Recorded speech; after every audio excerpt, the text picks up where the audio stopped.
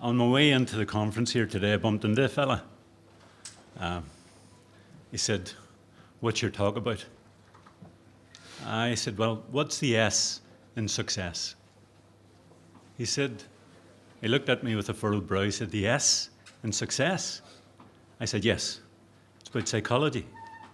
He says, "There's only one S in success." And he reached into his bag. He lifted this here. He says, "All you need is one of those." I think his name is Brendan something. I says, "Listen, Brendan, I have a challenge for you. New season ahead, new challenge. Try that one there and see how you get on." But seriously, I think that what's great about a conference, an event like this, is that we learn from each other and have an opportunity to engage. And what I want to talk about today, how psychology applies to sport and principles and ideas that you'll be able to adapt and employ yourselves within your own environment. I'll ask 3 questions. How can psychology be applied in sport? How can psychology help frame team culture? Lastly, what are the key features of a healthy team culture? Firstly, my story. It started a long time ago, and like many of you, a lifetime in Gaelic games, proud to play from a club, college and county, hurling and football, moving into coaching, not just Gaelic and hurling, but also ladies football and athletics, and finally moving into a different role, because in 22, 23 years of training in psychology, I began to realise our games ought to have what other sports and games have: an application of principles that are transferable across environments. So, first question I ask myself is, how can psychology be applied in sport? Brief introduction on this is that for most sports people, sports psychology is any mental activity that relates to performance and performance enhancement. I would see it helping players, coaches, teams to adapt the way they feel and think to improve performance, and also to maintain their mental fitness and sense of purpose. Now, it's not counselling, though I'm trained in that, and it might entail counselling skills. It's not motivational speaking. It involves exploring, understanding, enhancing individual and team motivation, that people understand what motivates them. And it's not gimmicks or stunts. It's not black magic or voodoo. It's not a silver bullet. Don't come in at the end to fix all the trouble. It's something that I see as developing and involved in the ongoing process of team development. I'll give you one example, because there are people who pretend to be psychologists and trade under false pretenses. In one circumstance that I'm aware of, some years ago, thankfully, someone went into a changing room with a stick rather like this, and with the coaches in the room, asked all the players to circle up. This was 25 minutes before a very significant match, hurling match, in which that team was involved. The person in question asked them all to circle up, close their eyes, and then went round the room with the heel of the hurl into the sternum of the players, saying over and over again, "Mind over matter. Mind over matter." Well, I do mind, because that's bad practice, and it should have nothing to do with our games. In that case, a player was hurt, and after 20 minutes had to be taken off.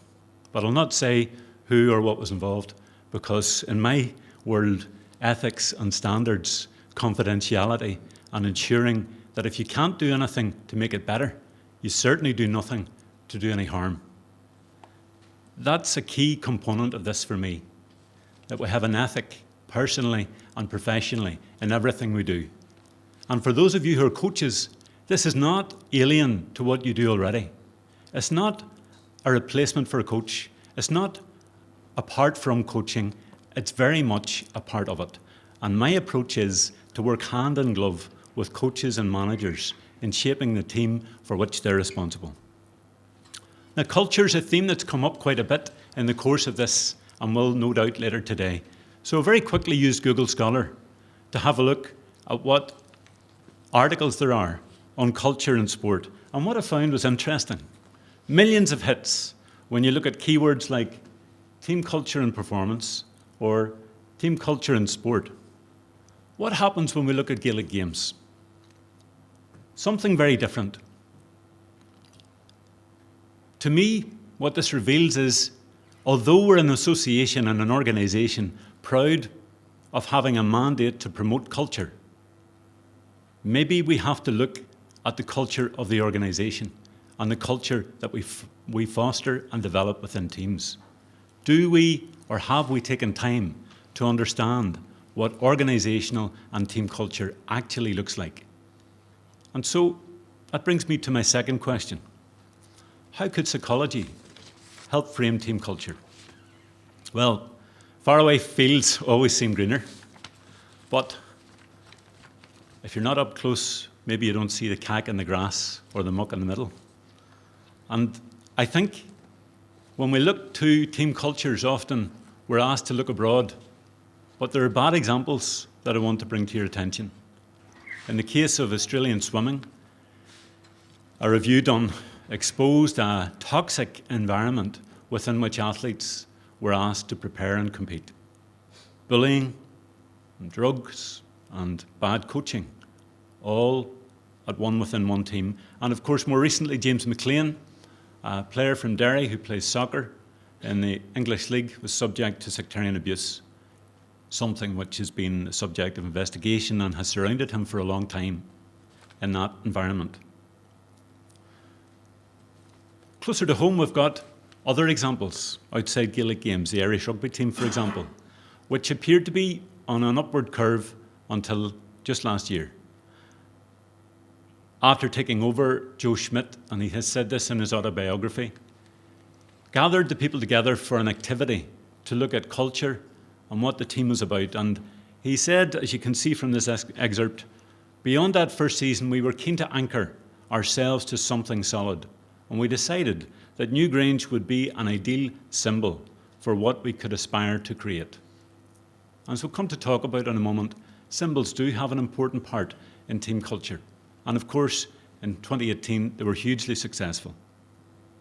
Since then, in the last 12 to 18 months, something went wrong.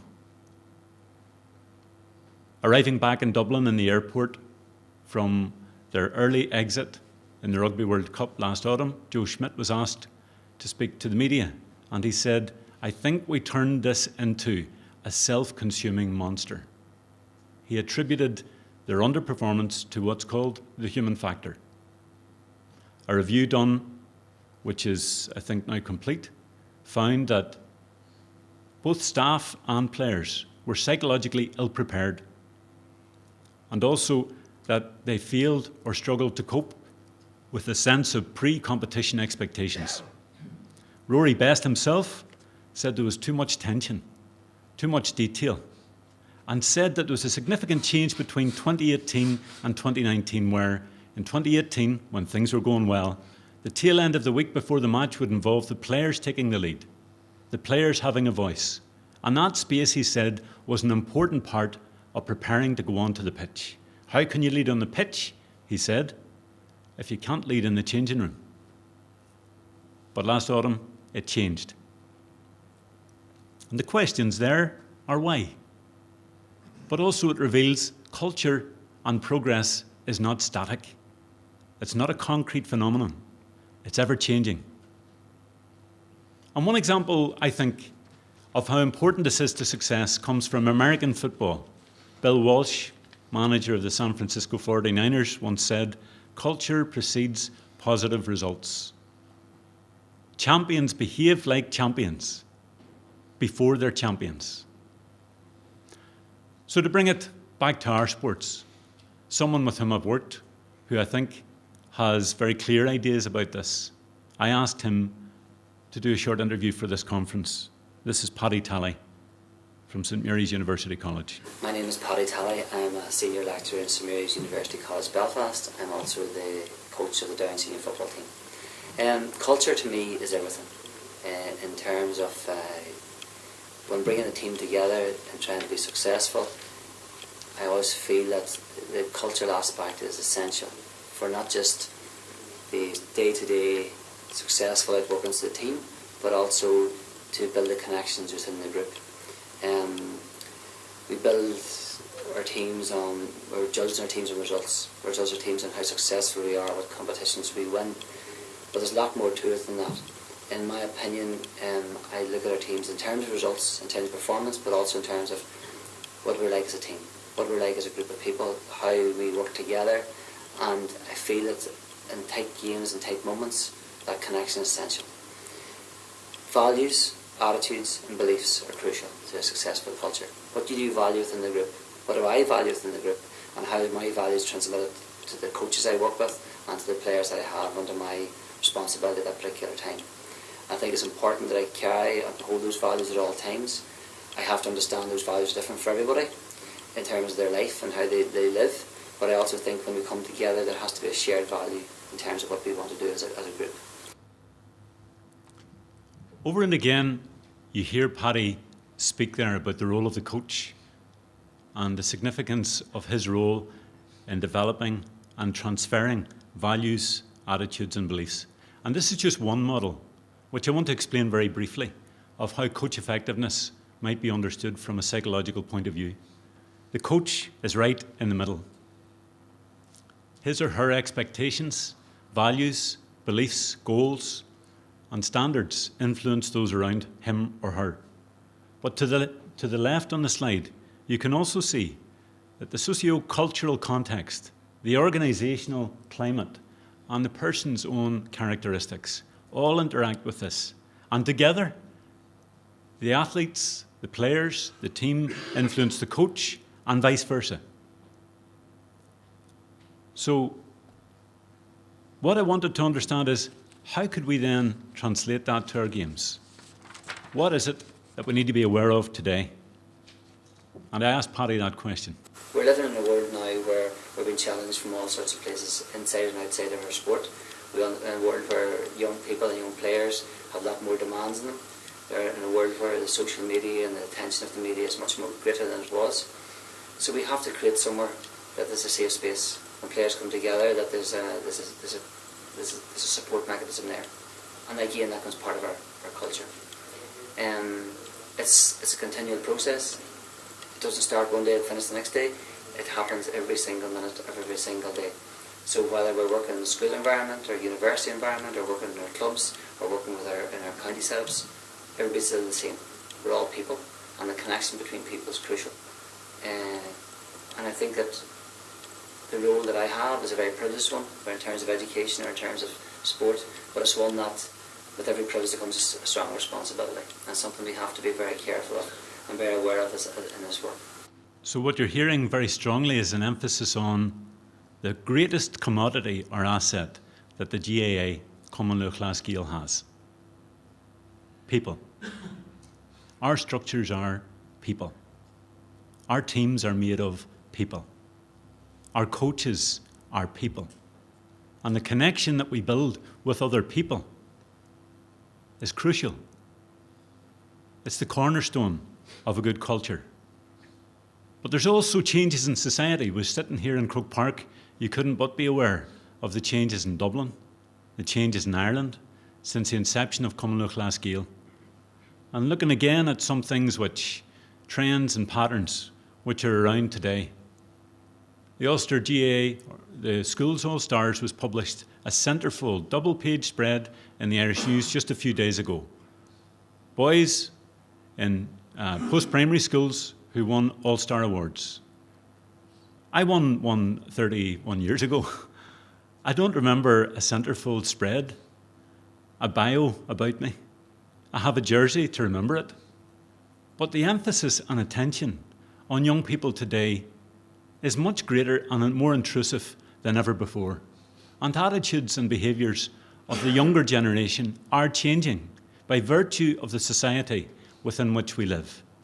So for us as coaches, as mentors, and as members of this association, the question is, how are we adapting? How are we adapting to help them adapt? Caolan Mooney was injured in a very serious criminal assault just 2 weeks ago and hospitalised as a result. That incident became a high-profile news story in the north. I think also was carried in RTE. And it was on the front page of the Irish News. But what you see to the right of the slide are only some aspects of Caolan's life and his identity. Cathal McShane. I share these pictures because I know both these players, and I knew Cathal very well when he was at St Mary's University College. But we know him best now because of the media attention on Cathal's role in County Tyrone and Cathal's offer to go to Australia. And I think what it reveals is just how much attention and scrutiny our players are now subject to, and also a risk that we would only see them through one lens.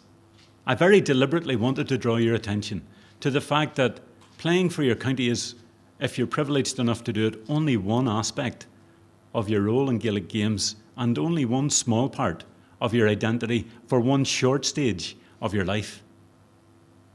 And yet, we come to talk about people as county players. And I wonder about that.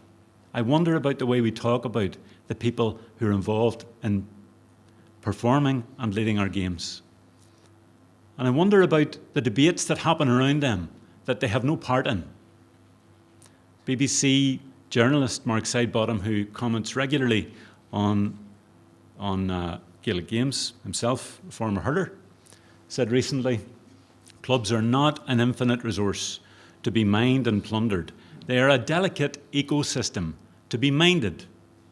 And he, referring to the public controversy around Cathal, said, "In forging links with the Australian Football League and formalising the International Rules Series, the window of opportunity, which has now been opened to Cathal, was opened by the GAA itself." Now, I'm not asking you to engage or indulge that debate in this session here today, but I do pose it to you, put it to you, as something to think about. What has happened over time? What has happened within our environment that may have changed the circumstances around one young man? And what do we know, any of us, about the employment profile or opportunities of Cathal McShane? What do we know about his family background, where he grows up, his friends group, or for that matter, Caolan? Or for that matter, the young woman involved in our games, the different sides to their identity. Katie Mullan won an All-Ireland title here in Croke Park with her club Owen Rua. Now she's captain of the Irish national hockey team, which will compete in the Olympics this year. Emma McGee, you'll see there also, a very formidable, successful netball player in England for a semi-professional team. Played for the Northern Ireland team, along with her sister Michelle, and both of them compete for Antrim Ladies football. Pictured there, Michelle is with her, or Emma is with her daddy, who was one of the coaches at that time.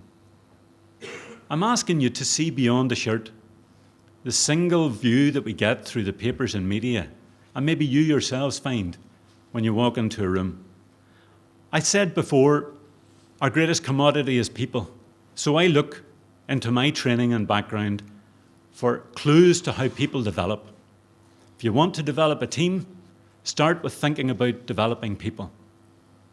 And human development happens within a complex and dynamic environment. The two examples I've just shown you, Caolan and Cathal, are testament to that. Factors which might coexist, might contradict, might co-vary. I've no doubt some of them. Some players, like Cathal, for example, may be conflicted, find themselves between two worlds. But those factors are part of human development in every stage of society. There's no getting away from it. And to me, what we have to understand is how they interact with, inhibit or enable further development of ourselves as people in order to develop as players, as teams, and ultimately as an association that is based on people. I translated this. I'll not dwell on the theory too long, but I'm trying to take half a century of psychology and reduce it to 1.5 minutes. So bear with me. I tried to translate this to Gaelic games, and I think that this helps to understand what goes on around us. Within a team, we have the self, the player or the coach. The social environment within which we create it. As managers and coaches, we forge it, is our team, made up of different component parts and different people. And the situation in which that team operates is something that we're always vigilant to. It's not just opposition research. It could be the environment locally, the links to the club and to the community. And beyond that, there are societal influences and factors at work which we are affected by. But over time, things change. Think of teams you've worked with and the changes which have occurred. The seasonal cycle of our games is inescapable, albeit that at the moment, as I pack my bag tomorrow to go to the Sigerson with St Mary's, it's a wee bit crowded. But the point that I make is this: we can't influence everything around us. So what is it that you as coaches and managers or mentors can influence most, which would lead to success? Look at the person to begin with. Understand them. Understand the social circumstances. What we call team is a social construct. We make it. It doesn't exist in bricks and mortar. It's what we do. It's how we relate to one another. And the situation over time can change. But I draw your attention to this. The part which you as coaches can most potentially influence is the person, the group of people, and the circumstances.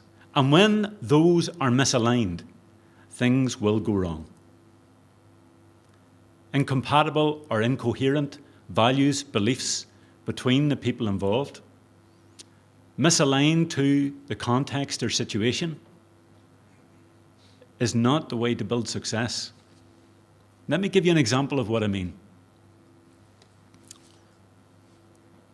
And this I've sanitized, but it comes from my applied practice. At the end of a match, all players gather in a circle in the centre of the field. One player walks straight off the pitch. The coach comments to you that the player who walked off is not buying into the team. What do you say?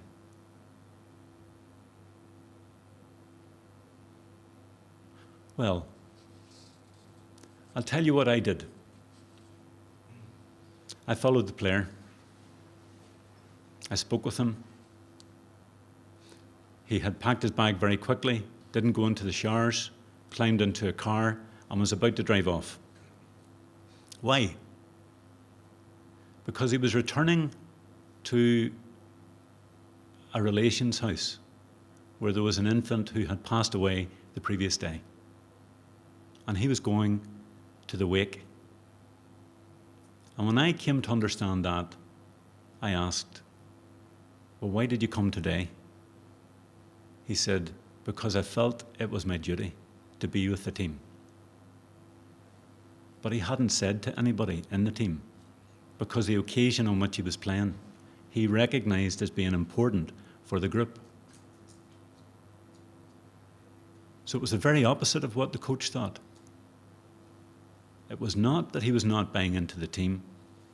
It was that maybe even he was overcommitting to the team. And I found a way to speak to the coach, and within a day or two then, other players in the team were with him. But to me, and especially coming from where I live in Belfast, this could not be more important. There are many examples like that I could share with you, but I don't have time. Recently in Belfast, several young people who have been very involved in sport took their own lives. We don't know what's going on in other people's lives. And we won't know unless we spend time with them and talk with them and listen to them and try and understand how things are for them. And to me, that's a crucial part of what Common Low Class Gael offers and does, which is different maybe to other sports and games. So, my exhortation to you is to look at the person, look at the environment, and then seek to align values and attitudes, beliefs, to build a shared sense of a social identity, to shape and lead according to the context in which you find yourself, not someone else's context. The challenge from this stage today is to you, but I hope I'm offering you some ideas about how you might go about it. And here is another idea. Again, without going too deep into it, do you recognize any of the jerseys on this slide? We have Offaly on the left. The one in the middle you might not know, but you're going to see now. And on the right, St Mary's University College. On the collar of the new Offaly jersey is a phrase, Este Fidelis. Now, I grew up playing hurling. I grew up seeing the Pilkingtons and Troy and always loving Aidan Fogarty playing a corner back. So I have the greatest respect for Offaly people. But it's news to me if there's a big population of Latin speakers have moved into County Offaly.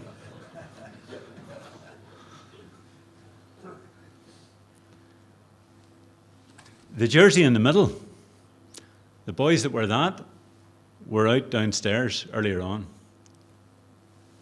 It's this jersey. Now, this is from a year or two back. Kilcoo Gaelic football team. I helped advise them and give them ideas, and I wanted to bring it to show it to you because in the middle of the jersey you can see a symbol. The fascinating thing is, and if you go by, and I don't believe all of it, what one of the Brannigan boys said recently, that they're only interested in going to the church, going after the sheep and playing football. It was the players themselves who came up with this. I facilitated the session.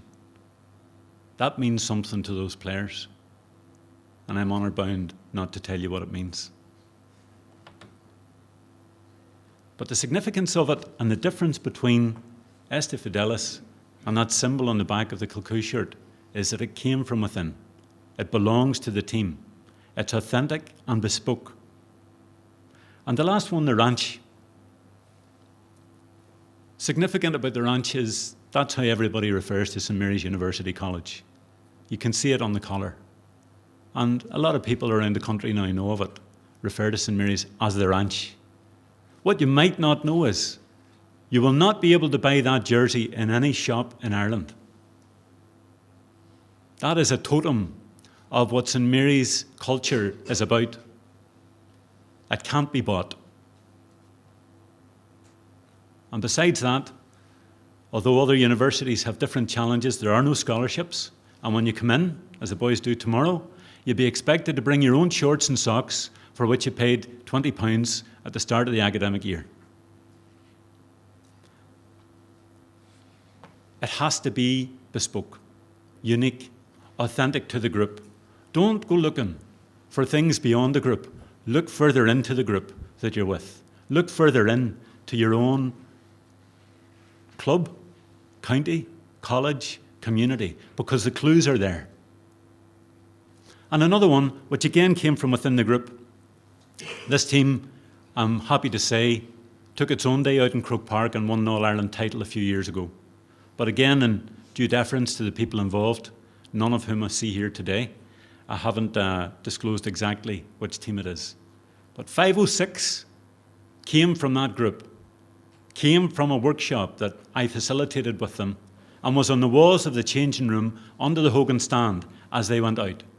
And more than that, as you can see, one of the players said after the event, after they won, when it came to the crunch in the second half, my legs were gone, both me and my teammate, but when we heard others calling out 506, we knew we just had to keep going.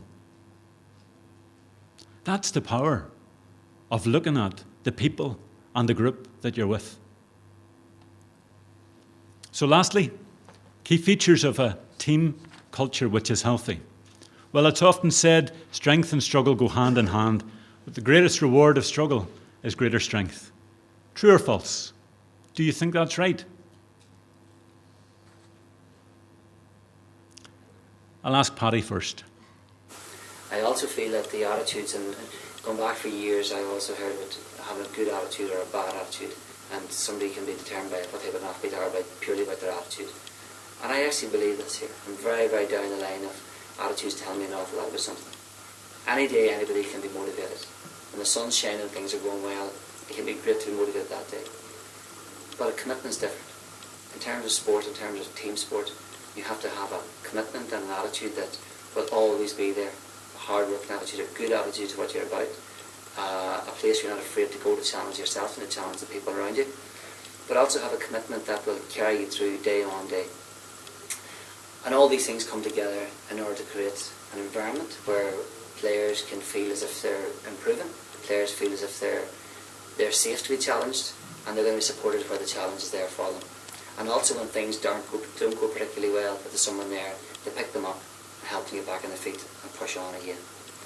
There is a way of understanding this from a psychosocial standpoint. Creating an environment which is something which is a social construct, something in which you're all involved. Others have researched this and found challenge and support are two key ingredients that differentiate environments within team sports. If you have low challenge and low support, people stagnate. If you have low challenge and high support, people get complacent, comfortable. If you have high challenge but low support, there's a risk of burnout and breakdown. So what we're seeking to create and facilitate and engineer in terms of a healthy culture for our teams is high support and high challenge. And it has to be, I think, the right kind of support. To consider the kind of support that you provide to individuals and groups. So struggle can help grow strength within an environment which provides support, psychological safety, and the opportunity to learn individual and team skills to improve and use resilience.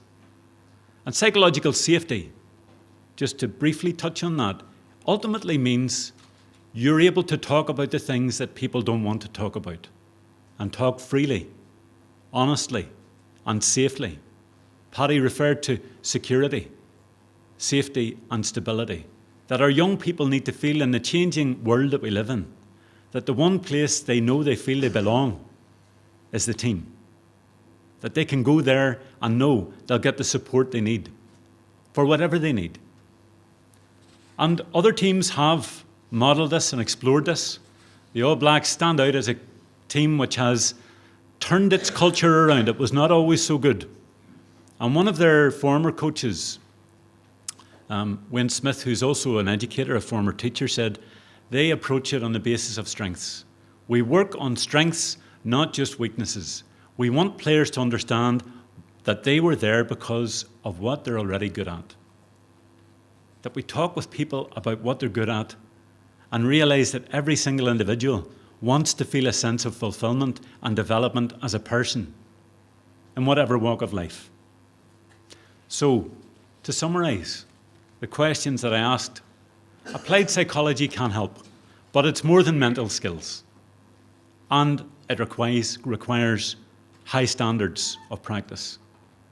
A shared identity and value, belief system, which align through the self, the social, and the situational, can engender a culture of success. And lastly, struggle or adversity can foster strength. It can be part of a healthy team culture, but only if we provide high-quality support, psychological safety, and the skills that people need to overcome those challenges. All of this, according to the book we wrote, will take many, many years if you want to become an overnight success. But I hope that there are some ideas in that that will help you with your journey. Go Magif.